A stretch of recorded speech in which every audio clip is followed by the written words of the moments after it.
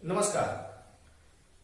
जितने भी अध्यापक शिक्षा से जुड़े हुए कार्यक्रम हैं, चाहे जितने भी विशिष्ट शिक्षा में भी अध्यापक शिक्षा से जुड़े हुए कार्यक्रम हैं, सभी में आप पाएंगे कि जो पियाजे का संज्ञानात्मक विकास है वह एक महत्वपूर्ण स्थान पाता है और यह प्रचलित भी है, यह विषय प्रचलित भी है सभी विद्यार्थियों में, शिक्षकों में। आज हम उसी सिद्धांत को समझने का प्रयास करेंगे। इसको दो टुकड़े में बांटकर हम समझना चाहेंगे।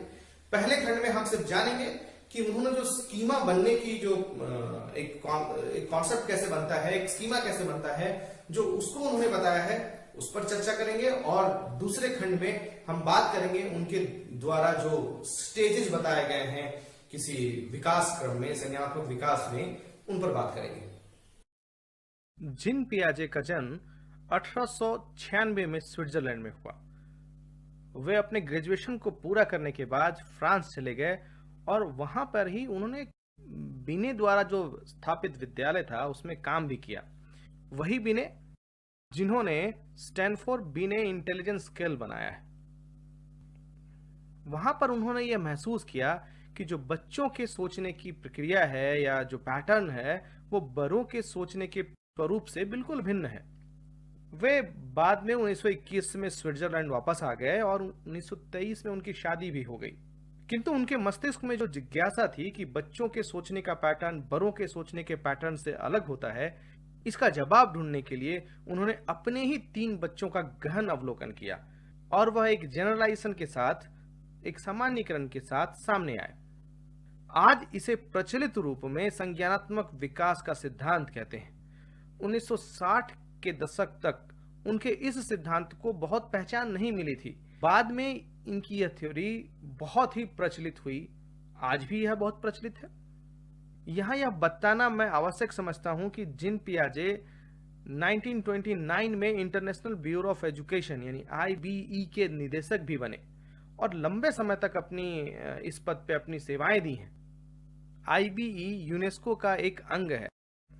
जीन पियाजे मानते थे कि बच्चे दुनिया के प्रति अपनी समझ का निर्माण स्वयं करते हैं। वो अपने द्वारा निर्मित कॉन्सेप्ट्स से एक नैतिक दुनिया भी बनाते हैं जिससे वह निर्णय लेते हैं कि क्या सत्य है, क्या असत्य है, क्या सही है, क्या गलत है। पियाजे के अनुसार प्रत्येक व्यक्ति जो भी ग्राह्य विषय है या जो कंसीवेबल सब्जेक्ट है उसका अर्थ समझना चाहते हैं। वह उसके प्रति सेंस डेवलप करना चाहते हैं। वे अपने आसपास जो घटित हो रहा होता है या आसपास जो नहीं भी है उसके बारे में भी जानना और समझना चाहते हैं। मनुष्य के इस समझने की आवश्यकता को उन्होंने ड्राइव फॉर इक्विलिब्रियम कहा।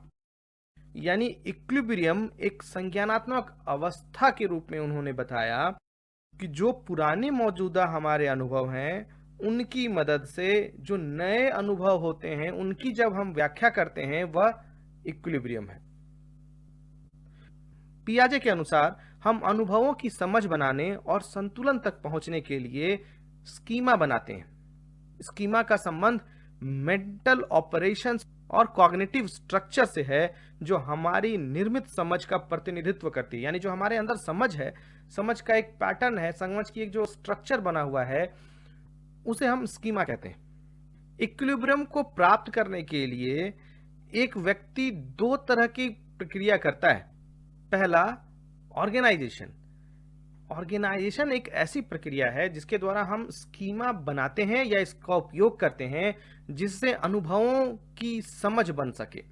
यानी कि जो हम अनुभव कर रहे होते हैं वह समझ में तब्दील हो जाए। इसे हम एक पेन के उदाहरण से भी ले सकते हैं।